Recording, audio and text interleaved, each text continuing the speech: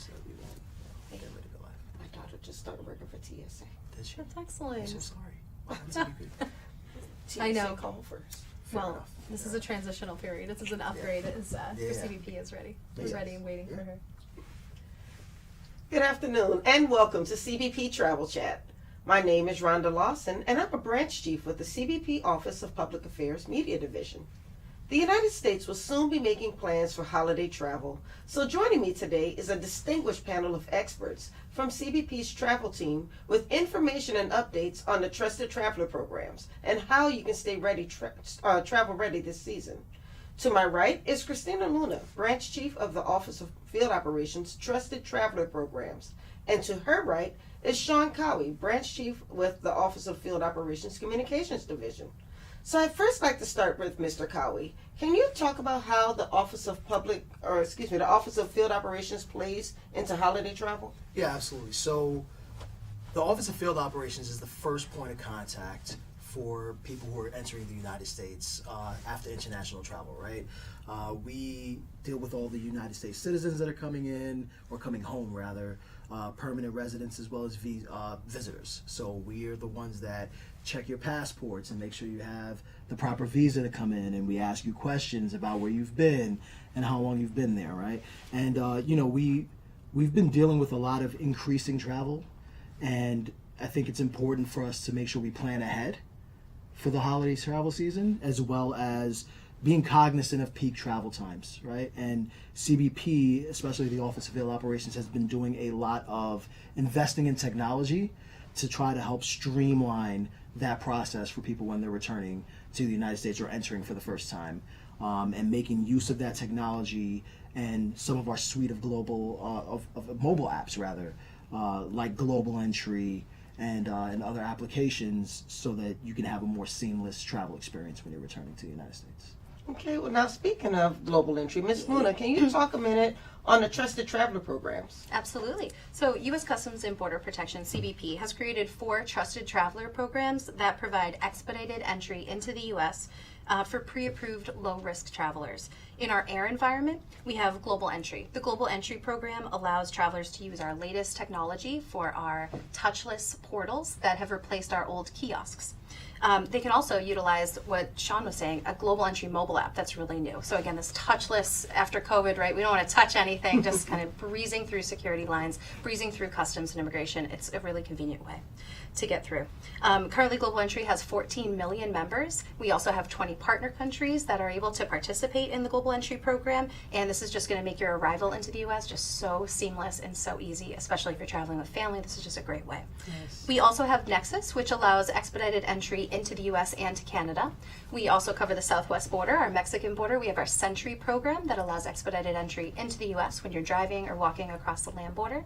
And then we don't forget about our commercial truck drivers. I like all of our goods coming in, so we want to make sure that we have an expedited lane for the commercial truck drivers as well, and that's called our FAST program. Okay, now with all great things, there's going to be some change, and apparently there is some change happening with the Trusted Traveler programs. Can you tell us about that? Yeah, absolutely. So actually the Trusted Traveler Program application fees haven't been reviewed since 2002. So that's 22 years has passed. So CBP conducted a fee study, and this resulted in the amendment fee structure. And what this is the fees are going to change. So the fees are going to be accurately reflecting the current cost of today, 2024, of what it costs to actually operate these programs. 3 things are going to occur. One is we're going to standardize the application fees and application process through all of our 3 programs for Global Entry, Sentry, and Nexus. 2 is the fees will have a change. The fee is going to be a standard $120 US, and that's going to be due at the time of when you're applying online to your application. And then 3, the exciting news is that we're always looking for ways to incorporate easier travel for families. So now minors, everybody under 18, will be free as long as you have a parent or legal guardian enrolled and approved in Global Entry, or if they are pending, meaning they submitted an application concurrently for one of our programs. So that's great news for families. That is great news. So it sounds like, with I think less than a week or about a week before these changes take place, because they happen on October 1st. Now, somebody who wants to apply to the Global Entry has a bit of a choice and what's going to be more beneficial to them. Absolutely. So I mean, global entry specifically is going from $100 to $120, and that money is going to go on to a bunch of different things, right? As Sean was saying, we're investing in our technology. So post-COVID, we have record numbers of travelers. We want to make sure that this is not only smart, not only fast, but also really smart technology. So we've replaced all of our old kiosks. We have these awesome new fast touchless portals. So all you need to do is go right into a global entry dedicated processing line, and you just simply stand in front of a camera. It takes your photograph, and you are processed usually within 1 to 3 seconds, so it's record. Also, you can do the Global Entry app, which is really new. It's free to download on an Android or an iPhone, Apple Play store, the App Store. And what you do is you just create your simple profile that you should always do before you travel. And as soon as you land, as long as you can connect to a CBP Wi-Fi that's usually available or any kind of airport Wi-Fi that's available, you're able to just take your own selfie. You can also take selfies of everybody else you're traveling with. So this is great if you have children. I know with my daughter, I don't want to pick her up in front of the kiosk or the portal or anything like that. So it's just really convenient for people that are stuck in a seat already. As soon as you touch ground and land in the U.S., just to open up that app, take your selfie, take your children's photographs as well, and you can submit your custom declaration there. And you've already been, you can skip over that kiosk photo line as well. Well, I've got to tell you, as a Global Entry member myself, it is fast, and I didn't even use the app when I used it. It was just very quick. So I got off the plane, and I'm still trying to fill out my declaration form. I'm like, okay, I let like 3 people go in front of me so I can hurry up and fill out this form. And then it was just as easy as standing in front of the camera, just as you said. It takes my picture. I didn't have to touch anything. And then I barely talked to the officer who was there. I was like, hi, it's me. Okay, you're good. Go ahead. And I think I waited longer for my bags than I did getting through the customs process, which is amazing. And I did want to ask you, Sean, even if you don't have global entry, the process may not be as fast as global entry, but the technology that you all have invested in has made that process a little smoother as well. Absolutely. So for a certain group of people, and we're going to be providing links to it, if you don't have global entry or you're waiting for your global entry to be approved, you can utilize our free mobile passport control application, right? It's not as fast as global entry, but it will allow you some privileges. You can take your pictures, submit that information as soon as the plane lands, so that way we have it ahead of time.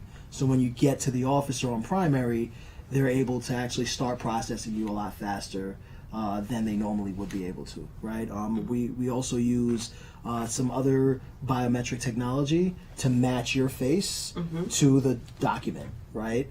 To make sure that we don't have to spend as much time checking the documents, and obviously we're going to make sure you are who you say you are. Yes. But the technology helps ease that process and make it significantly faster for us, so that way we can spend time talking about the person in front of us instead of doing the administrative burden.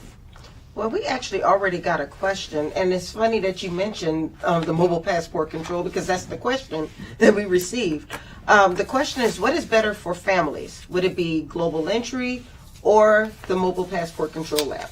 So yeah, I'll take that one to start, right? So Okay. it's all about options, right? Like, you don't have to pick. Not all family is going to look the same, and not all travel is going to look the same. So I think that if it's great to have options. Mobile passport control was traditionally great because it's a free application. So if you are not interested in paying that $100 fee, especially if you have children, right? Every applicant needs to have their own account and everything. So prior to October 1st, when you had to pay for children, I think mobile passport control was a great option for families that just didn't want to invest in that travel experience quite yet for their Trusted Traveler Program membership. But now, after October 1st, children are going to be free as long as you have enrolled a parent or they're already approved. So although the price of global entry has gone up by $20 for individual members, for adults, as a family package, it's often much cheaper and more efficient. So another great benefit that differentiates global entry from mobile passport control is you get TSA PreCheck for free when you're approved with global entry. You can't beat that. Yeah, We all know that travel season is everybody's trying to travel and everyone's trying to get to their families, and what we can do is provide we can provide we can provide the government with as much of the information that we can, meaning our biographical information. All that administrative burden can just be, already processed when you apply for global entry. We are already able to vet you, to interview you. So we have all of that information that we need to make sure when you do arrive to us, it is just super fast and seamless. That's wonderful. Is there anything that you wanted to add to that? No, just that, while we are making everything more seamless, we're still focused on security, right? We're making sure that we secure the borders. And, just because you're a global entry member doesn't mean that you're not subject to answering any questions. Great point. Right? So we want to make sure that everyone's aware that you still will be inspected. It's just going to be significantly faster than normal. And, I 100% agree with Christina. I think, especially for me, right, having kids, the $20 increase, completely worth it, in my opinion, to be able to get them for free. You know what I mean? So, yeah, it's awesome.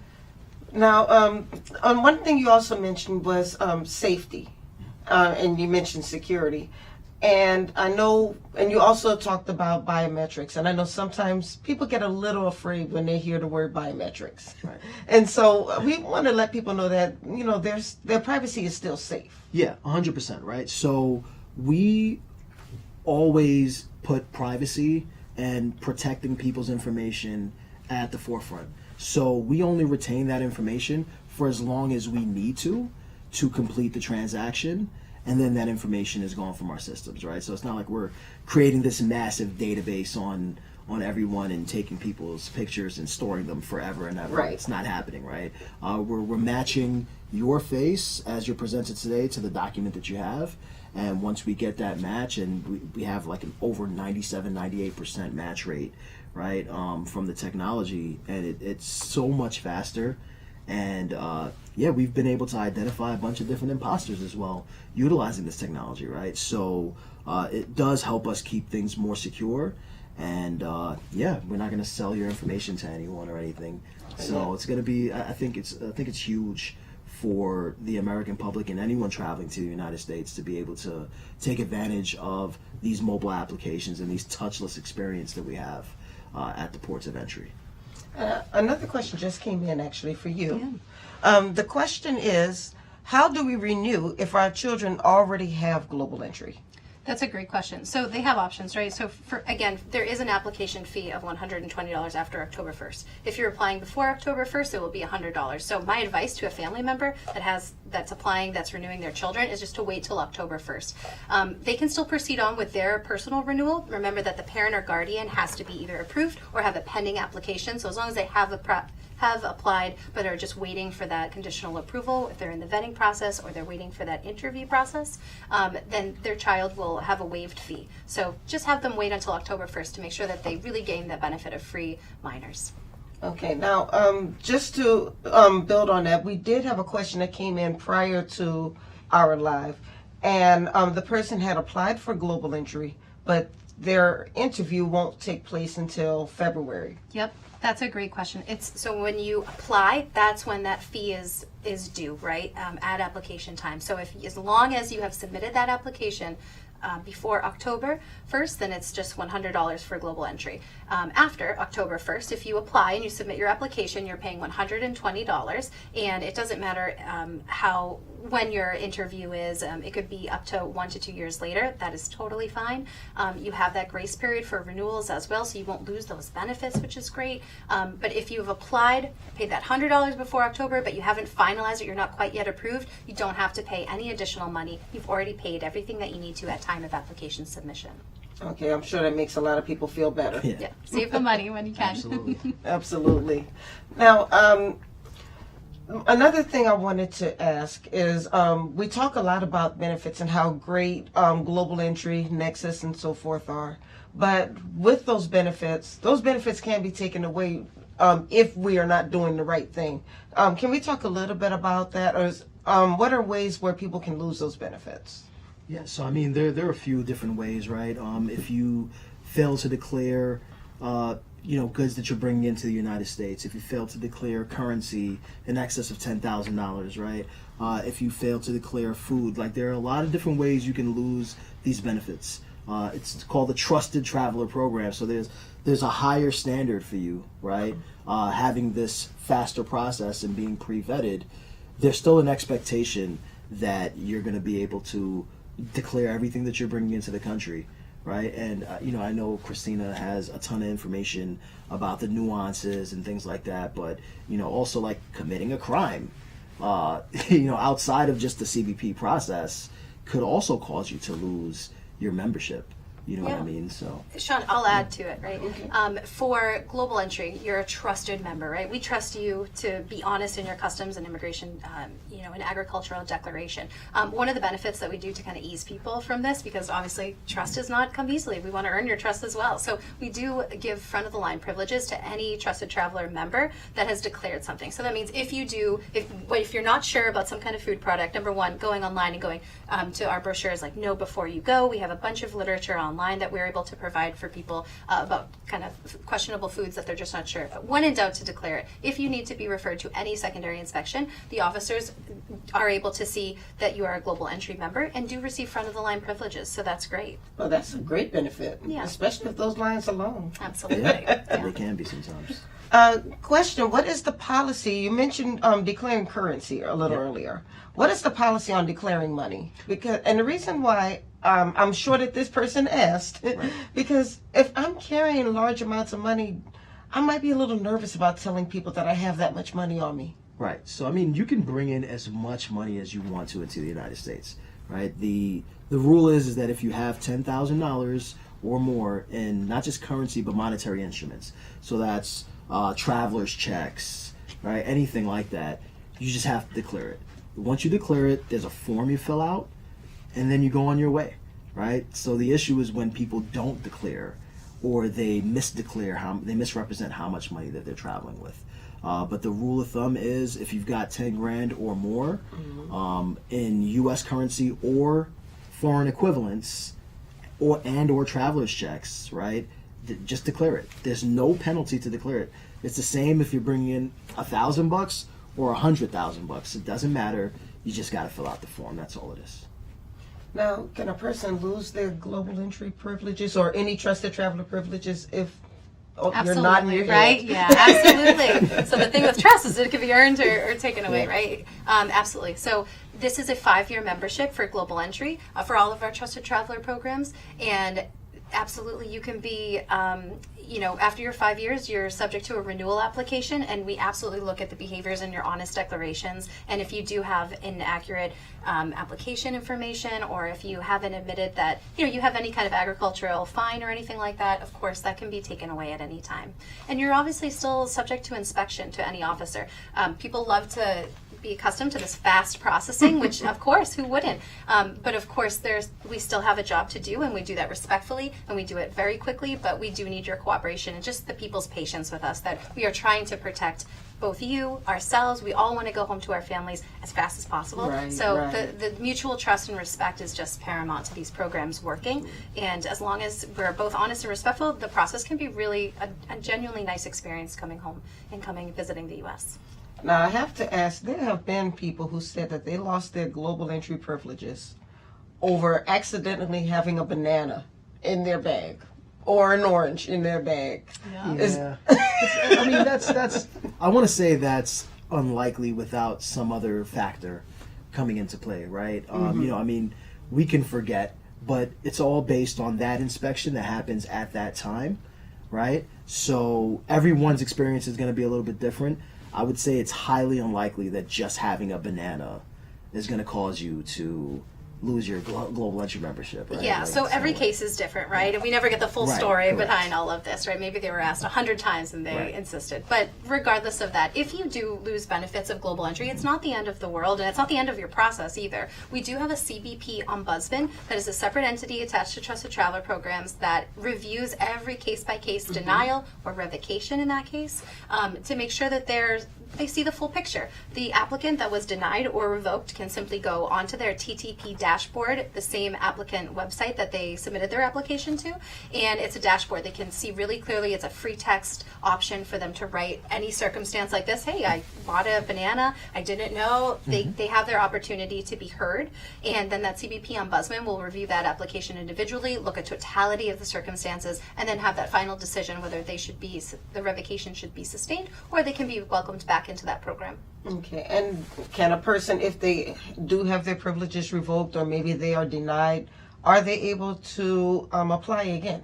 Absolutely. Yeah. Yeah, absolutely. You can always apply. There would be another incurred fee for application, but absolutely. I mean, we encourage them to keep applying as long as they understand kind of why they were denied and understand that if it's for some kind of criminality, of course, that, you know, we don't want to go too deep diving into this, but everybody's different. When you are denied global entry, you will be, if we can tell you exactly why, we absolutely will. We provide as much transparency in our denial letters and communications, and so does the ombudsman. And I feel really confident that when somebody is denied or revoked, they really understand the reason why, that they just don't meet the qualifications at this time and are welcome to review and to renew their, to come back to us and apply again at a later time. And to your point, right, about declaring goods and not being sure, again, we have on cbp.gov a ton of resources, because it's almost impossible for us during the time frame that we have to list all the different things you can bring into the country, or what you have to declare versus what you don't have to declare.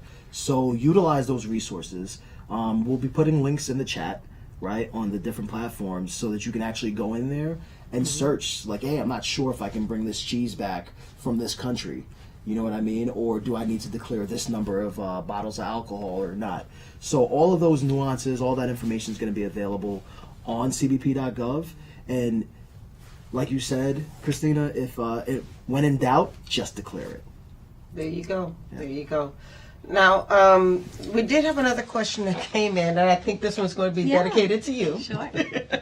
The question is, why is there such a backlog for Century and Global Entry appointments? Yeah, so again, every application is separate, independent, and individual. So it's really tough to comment on why one could be held up and why somebody could fly through a vetting process. I will say that our application process, our entirety of this processing is separated into two things. One is the application vetting, and then two is the applicant waiting for an interview. It's an in-person interview with a CBP officer. So the differences could be one of two things, right? About 80 to 90% of everybody who applies can expect some kind of conditional approval, getting them onto that next phase of needing to go in for an interview in 1 to 2 weeks. So it's really quick.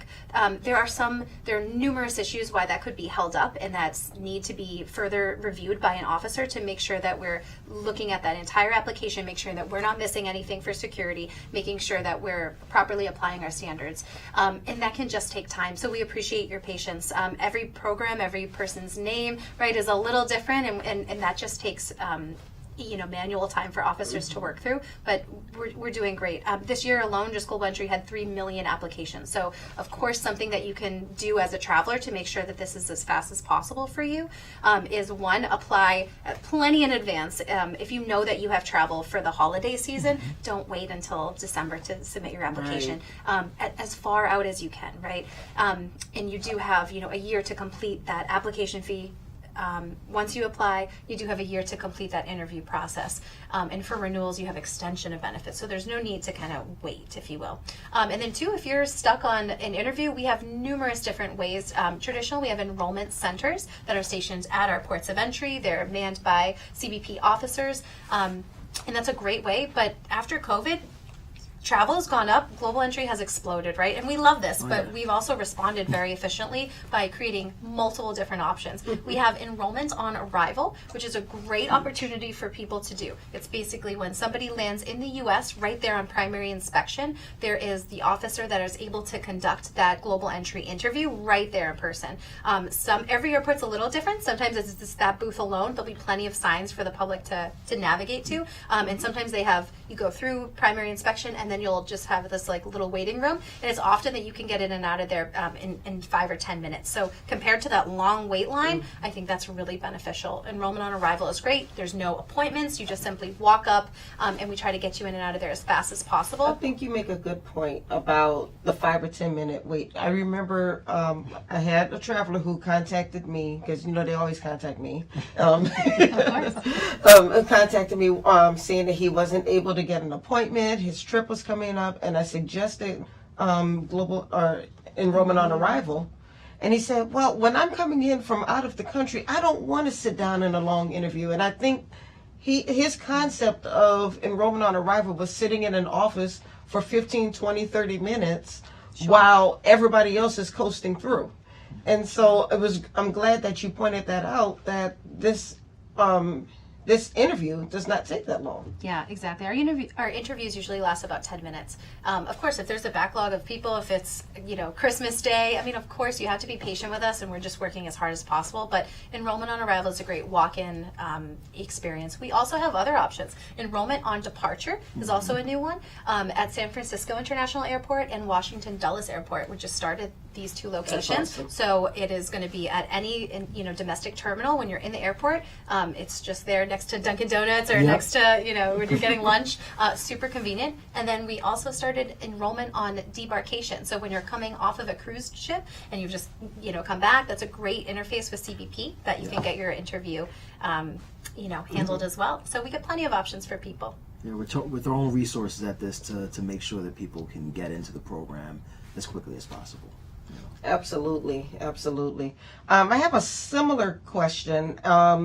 Sometimes people get a little frustrated. Let's say there's a family of 5 who's applied, and one person just coasted right through, but then two of the other people, they're still waiting, and another person gets denied. How does that happen? Yeah, so unfortunately, every application is individual. Yeah. We're working really hard to do some kind of family linking or group analysis vetting, but at this time, it's individual basis. So unfortunately, we're not able to decide who is a linked applicant member or not. So again, the patience, we just absolutely appreciate people's patience, but there are so many different other options when you're waiting interim. That's a great way to, if I'm enrolled in Global Entry, but my other family members are not, they can also use mobile passport control while they're waiting for that. So they definitely have options. Wonderful.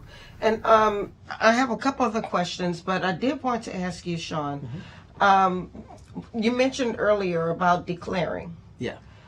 So where can we go? I know that there are a couple of websites that, and there are links that are going to be in the chat. Right. But where can I go if I want to find out before I take my trip? Because I don't want to risk my good food or my plant seeds or something like that being taken away. Where can I go to find out what I can actually bring back home? Right. So on cbp.gov we have a Know Before You Go page, right? That has all the information on what you should know. So whether you're leaving the United States, if you have things with you that need to be declared, for example, if you're carrying over 10 grand because you're going to go buy a bunch of gifts for people to bring back into the United States, or if you're planning on buying things while you're on a cruise, or you go to the Caribbean, or you go somewhere else and you're bringing goods back with you, this will give you an idea of what you'll be able to bring back into the United States. Now, that being said, it doesn't tell you what you can import into that other country that you're going to. Right. So make sure you do your due diligence and you're checking with that country to make sure that whatever you're leaving the United States with, you can take in there. And I just want to be clear, a lot of people get confused. Just because something is duty-free doesn't mean you don't have to declare when you're coming back into the country, right? Duty-free just means you don't pay duty in that country because there's a possibility you'll probably have to pay taxes here on it. Great point. Now, Christina, my question for you, why are there only a few locations to go to for an interview? That's a question that came from the chat. Yeah, there are actually a lot of different. So every major U.S. airport where we have enrollment centers, which is great. And availability can fluctuate, right? It depends on how large that enrollment center is, how much the staffing, of course, can be different in each location. For larger airports, might have a lot more availability and a lot more officers conducting those interviews than the smaller ones, of course. That's why you should supplement by using enrollment on arrival, enrollment on departure, enrollment on debarkation. But also, I would advise everybody to keep checking on this website. So when you go into your dashboard to make an appointment, it's ttp.dhs.gov where you've submitted the application. That's where you make an appointment. It has a list of all the enrollment centers, and it often changes. Usually every couple days, I would advise them to just refresh the page. And there's some people that just cancel, some people that our enrollment centers are constantly reviewing how many applicants are pending and how many are geographically in that area pending review. So what we do is we do open additional appointment slots very frequently. So every couple of days, just kind of refresh, and you should absolutely be able to get an appointment. Okay, I'm sure that's going to be good news for some people. Yeah. How long, this is another question that came from the chat, is how long does it generally take to fill out a global entry application? So, I mean, It's a great question. Yeah. So number one, it's online, right? So of course there's a technology piece to that to make sure that if you are not one that is very comfortable doing an online application, then don't be afraid to ask for somebody that of a younger generation perhaps to kind of help you navigate through that. But it's generally very, very easy. It's going to be mostly biographical information. So of course you have to know your driver's license number, your passport numbers, proof of your citizenship. Of course, it does have some questions about where you work and where you live, right? Where you've traveled before. So I would say no more than 20 to 30 minutes would be a pretty safe bet. But of course, somebody who's really quick and savvy could probably get through it in maybe 5 or 10. And then of course we have the extreme of like maybe 30 to 40 but minutes, as long as you have the information that you need all together, it's a pretty self-explanatory, easy process. And with the application, when in doubt, just tell us about it, right? Like if you're not sure, just tell us about it, because there's a lot of questions in there, right? About countries you've traveled to. If you can't remember if it was in the last 3 years, just put it on there. You know what I mean? And also make sure you check the spellings of things. A lot of the hang-ups that happen where people are saying that it takes a long time or I've been waiting, it's because you might have misspelled your name or the address of the street that you live on. So you just want to make sure that you kind of go over everything and dot every I and cross every T and make sure all your information is accurate. The more accurate the information is that you give us, the faster we'll be able to get through it. Absolutely. A lot of people don't realize that it has to be your passport name. So whatever your travel document is stating, a lot of the times people omit that middle name or the multiple last names that they have. You got to make sure that it matches that travel document. Also apartments. Make sure your apartment number is in there. That's a big one. Yeah, accurate information, like Sean said, is the fastest way to get through that vetting process, certainly. Now, we have also had people who have written us and said that they either got married and changed their name or they got a divorce and changed their name. How does that affect their dashboard? That's a great question. So it does need to be verified, your new passport. So basically, if you change your name for whatever reason and you have a new travel document that reflects a new last name, first name, middle name, and this also goes for any kind of citizen change. If you were a U.S. lawful permanent resident and now you've become a U.S. citizen and you have that status change of any kind, both are going to be the same.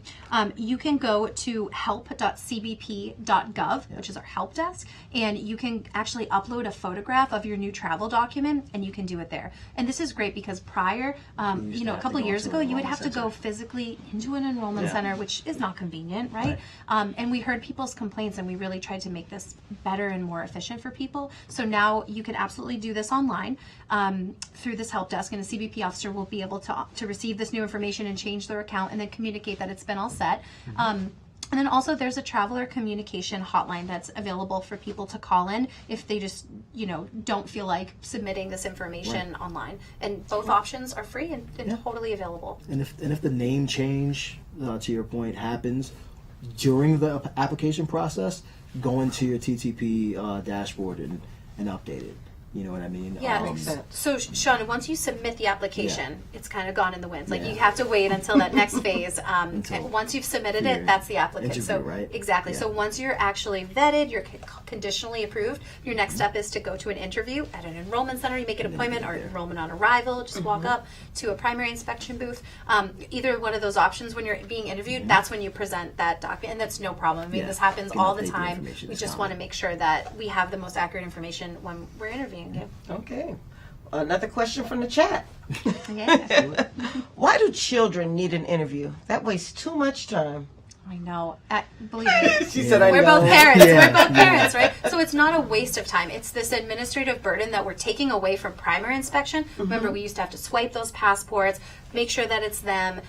All of that administrative information still occurs, but it happens now at your interview to make sure that when you do arrive and you're exhausted from getting off of that long plane ride, right, you are just zipping in and out because you've already given the officers that information. So it's not that you're eliminating information, it's just that you're doing it smart, you're doing it efficiently, you're giving us information. So we do it before you land to make sure that when you land, you're just out of there as fast as you can. Now, it's also a security issue as well, isn't it? I mean, if you have a child's passport and the child doesn't go through the same security procedures as everybody else, who's to say that the children are switched out or maybe a false ID or anything like that. Is that, I'm not going to say is that possible, but I mean, have you seen instances like that? I mean, I don't know that we've seen instances like that in particular, but to your point and to Christina's point, making sure that we do that administrative process first, so that way all we're doing is verifying identity when you come up, and then we're doing the regular declaration process, right? So every person and thing that comes into the United States has to be inspected, right? And that's not a process that we can just skip over because someone's a minor. They still have to be inspected. All this does is just speeds that up. So that's the reason why the children still have to go through the interview process. Makes sense. Yeah. Question from the chat. If I am traveling from Canada back to the United States by train, are there trusted traveler programs available for me at the train stations? Right now, we do not have it at the train stations. Right now, it's going to be walking across a border, pedestrian, or driving across a border. That's traditionally the lanes. What it is you receive a Global Entry or Nexus or Century card, and what this has is an RFID chip in it, and it's a smart technology that when you're in a vehicle, pre-primary, you're able to kind of scan that card, and the same at our southern border, and that is how it facilitates that information from, again, providing the CBP officer the information they need to process you as fast as possible before you get to them. So that's what that process looks like at the border. And then, of course, you can also enter Canada in an expedited fashion with an expedited dedicated lane similar to Global Entry through our Nexus program as well. So we do have that symbiotic relationship with Canada, which is great, but it's going to be via air and via land border, walking or driving. Yeah. Now, if you are just joining us, I am talking with two of our very distinguished members of our travel team. And we are talking about getting ready for the holiday travel season, which is a lot closer than what you think. This is September, but it's a lot closer than what you think. We're also talking about changes to the Trusted Travelers program. And so with those changes, if you'd like to repeat those again. Yeah, absolutely. So it's been 22 years since our fee structure was looked at and reviewed. So the Federal Register did declare a final rule in April of 2024 that it cost additional money it cost $120 to operate our programs more accurately and more efficiently. And so the program for Global Entry was $100, and after October 1st, it's going to be $120. This fee of $120 will be at the time of application submission. So when you're applying online, that's when the full fee will be due, and it's going to be standard across Global Entry, Century, and our Nexus program lanes. But the best news of all is that although that some programs that's going up, minors, anybody 18 or younger, will be free for the program, which is excellent. They will need to create their own account because they need to have their information. We need to receive that information from you. But as long as the parent or guardian is either approved or has applied for the Any Trusted Traveler program, that minor's application fee is waived. So that's huge news for everybody, for families. And I think we pointed out that if you are a member of a family and you were all wanting to apply for Global Entry together, it may be best to wait until after October 1st because your children will be free. But if you're a single traveler, maybe you want to apply prior to October 1st. So you can save $20. $20 can buy you McDonald's these days. Absolutely. So the parents can absolutely apply because that fee will, you should apply before the October 1st to get the $100. But for children, to submit that children's application, absolutely wait until October 1st so you can enjoy that new benefit change. Have you seen a lot of applications coming in, people trying to beat the October 1st deadline? Yeah, I mean, of course, right? But applications are at an all-time high, and we love it, right? Because we're built for this. Like, we're absolutely expanding all of our enrollment centers, our enrollment on arrival, enrollment on departure, enrollment on debarkation. We have absolute tons of availability for people that want to be a part of our programs. We do appreciate patience because we've received over 3.1 million applications just for Global Entry alone. We have 14 million members that we're making sure that we're vetting them properly. They go through a really vigorous, application vetting process, and then they're interviewed by, in person by an officer. So this isn't taken lightly. We want to make sure that the security component to our programs are, have some vigor in them, but we also want to make sure that this is fast, efficient as possible. So applying as soon as you can, way in advance before your travel, is definitely the best way to get seamless travel. Okay. Question from the chat. Is it true Stop laughing. I didn't finish the question. Is it true that if you make an appointment in a group, it's faster than making the appointment just for yourself? So in our application process, it's you go into everybody's individual account and you have to select an appointment location and a time slot. So we're still working towards doing family grouping. We do have a lot of flexibility at our enrollment centers. Of course, as long as mom or dad or parent or guardian, right, has a scheduled interview and you're bringing a child, absolutely we'll be able to kind of help them out and facilitate that as best as possible, especially since you already have an appointment and you're in front of us. But right now it is individual appointment time. So making sure that at least the parents, right, or everybody if you can, is selecting an appointment for them and then they can be interviewed together. Every location is different, but that officer at that local location will be able to navigate them best. And again, to kind of reiterate, like if you're not able to get an appointment and you still have to go on that trip, when you come back, look for the signs for enrollment on arrival. Since you'll be traveling as a family, as long as everyone's conditionally approved, you can all go and actually get your interview done without having to worry about scheduling an appointment. Yeah, and only about 10 minutes, right, for the interview, which is great. And some other options for getting an interview faster. There are a number of mobile global entry events that go on throughout the country. So sometimes we just need to watch the paper or stay on the CBP website to find out when those events are, right? Or follow us on social media as well, right? On the different social media accounts. Depending on where these pop-up events are happening, we'll likely announce them on either the local account or on the national account to make people aware of it.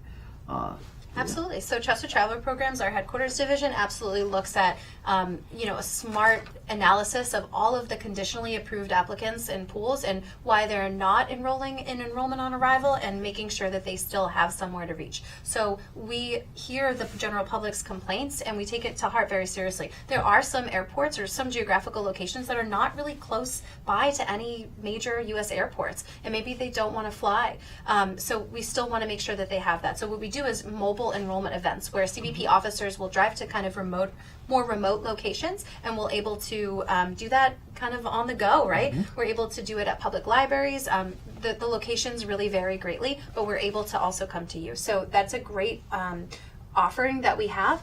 And how to look at those locations, again, is when you're making an appointment. So every individual applicant can go onto their personal dashboard of Trusted Traveler Program at ttp.dhs.gov, and when they select the drop down of all the enrollment center locations, you're able to see these mobile events. And of course, we do have an international population as well. We have 20 partner countries. So this is not just for U.S. citizens and U.S. permanent residents. We also care about our foreign partners and our foreign travelers to make sure that they're being heard as well. So we do sometimes go abroad as well and do foreign mobile events at the U.S. embassies. So looking on those U.S. embassy pages, social media is the best way. If you follow any of those social media platforms, you're going to get that information really, really quickly. Awesome. Now, I think something else that people may not realize is that if you can't get an appointment at the enrollment center in your city, you can make an appointment at any city. Let's say you're visiting family in New Orleans, which is where I'm from. You don't have to plug that. You could possibly make an appointment in that city if there's an appointment available. Is that correct? Yes, you can absolutely go to any location that is convenient for you. We try to have as many enrollment centers as possible. Again, all of our enrollment centers are at all of the U.S. major airports now, and we have U.S. pre-clearance locations too. So you might see them more popularly in Canada. We have all of those available. They're in every international airport that you can think of, which is a great option. So yeah, anywhere that's convenient for you, we are here to help you and enroll and finish your application for global entry. Wonderful. Another question from the chat. What's the main differentiator between global entry and Century? Yeah, so I would say that the eligibility for citizenship would be number one. Global entry, it's citizenship specific. So U.S. permanent residents, U.S. citizens, and then we have 20 partner countries as well are going to be eligible, but not all of the citizenships are eligible at this time. This is constantly changing, so we do encourage everybody to go to the cbp.gov website to make sure that you're checking, to make sure, every year we change that. But for Century, specifically, this is the program to help you enter the United States when you're at our southern border, so when you're coming back into the U.S. from Mexico, either driving or walking, that's where you can utilize these fast lanes. And the Century program doesn't have any restriction on citizenship. So as long as you enroll in Century and you are an eligible global entry member, you can add that global entry benefit to make sure that you're getting the TSA pre-check, and you're also able to utilize our global entry expedited lines at the airport to use those portals and the GE mobile app.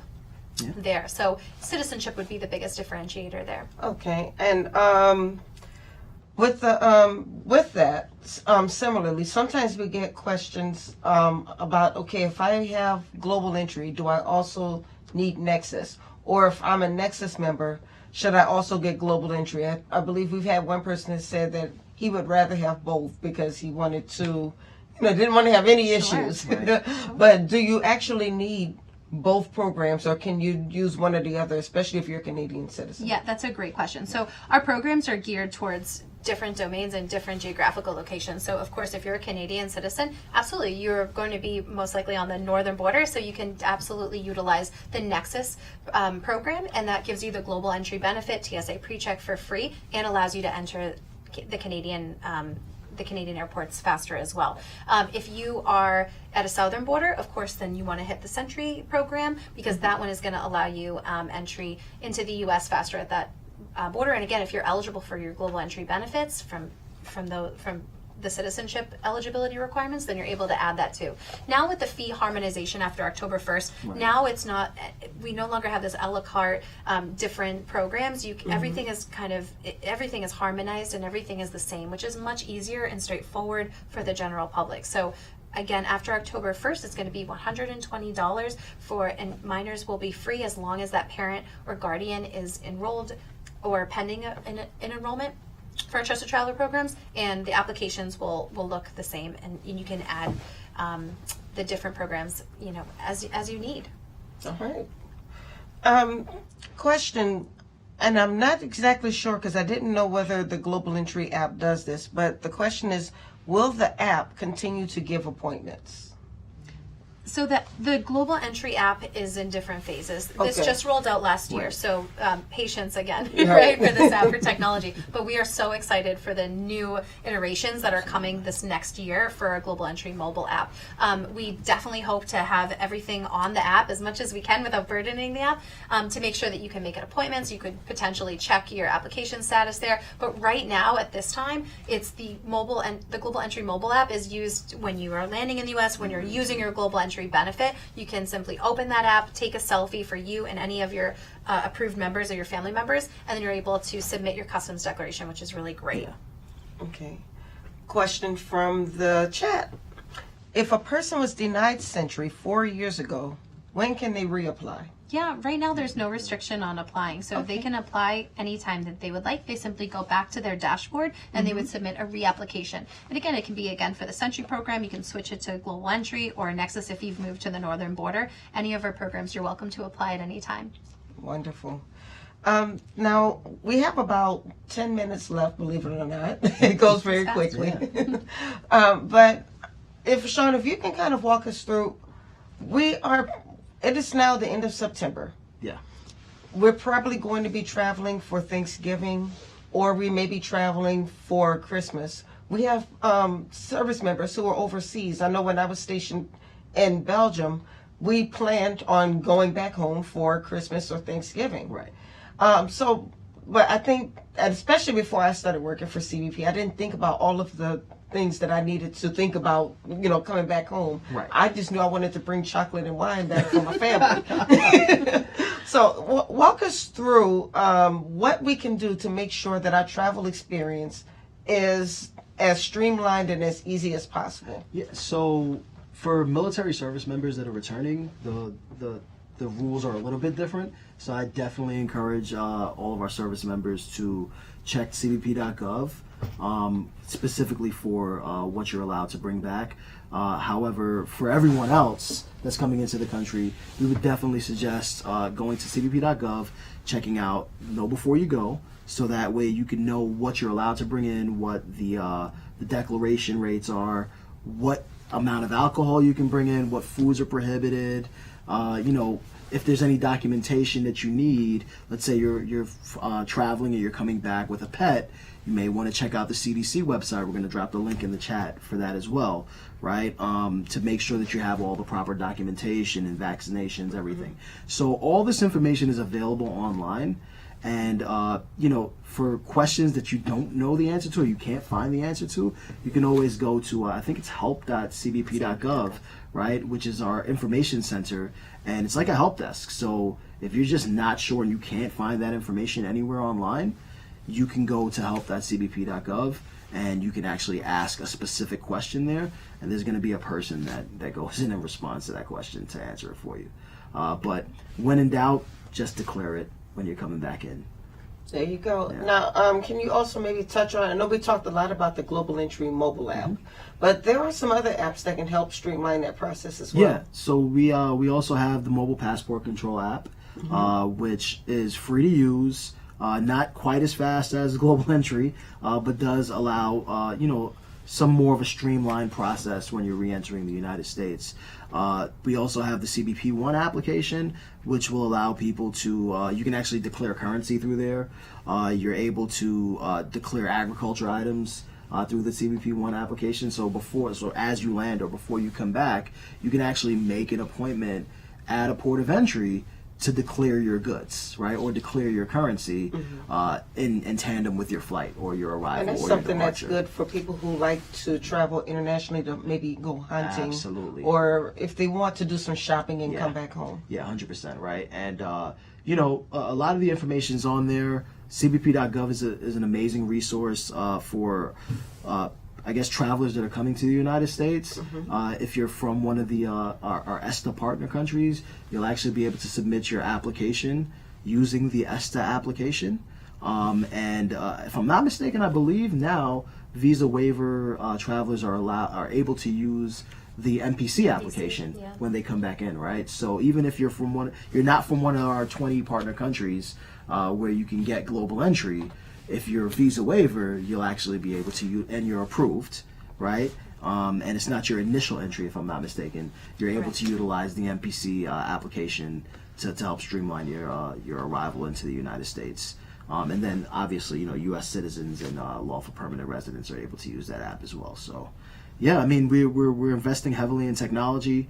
We're trying to make things more seamless while focusing on security to make sure that we remain secure and that everyone is who they say they are bringing back the things that they're supposed to be bringing back, declaring what they're supposed to be declaring, but it's happening faster than ever before.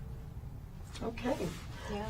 And I want us to touch on ESTA as well. So Yes. with Global Entry members, this is a frequently asked questions. Yeah. Do I need an ESTA approved Right. if I have Global Entry? The answer is yes. Maybe I should stop just for people who may be watching who don't know exactly what ESTA is.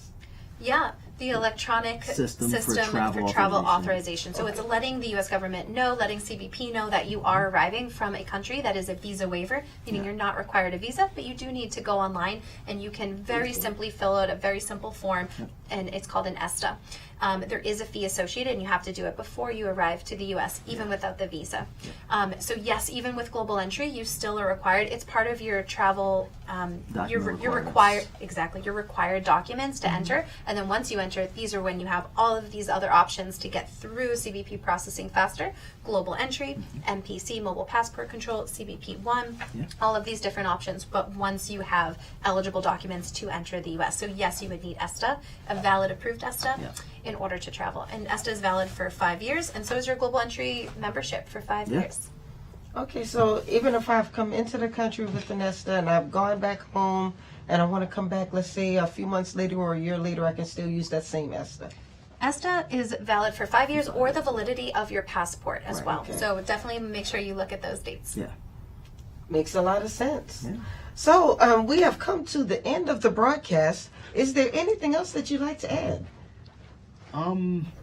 thank you guys for your interest, right? Thank you for traveling again. I think COVID got everybody a little nervous, right? We saw the world change, and it's not just for people in the U.S., it's for people outside kind of scared to travel again. And I'm really excited that travel is up and running again, that people are feeling confident and safe, and that the government is able, CBP is able to provide all of these different options to make sure that it's not only safe, it's secure, but it's also an enjoyable, fast experience for them. Yeah, and if you need information, reach out to us, whether that's on social media, through cbp.gov.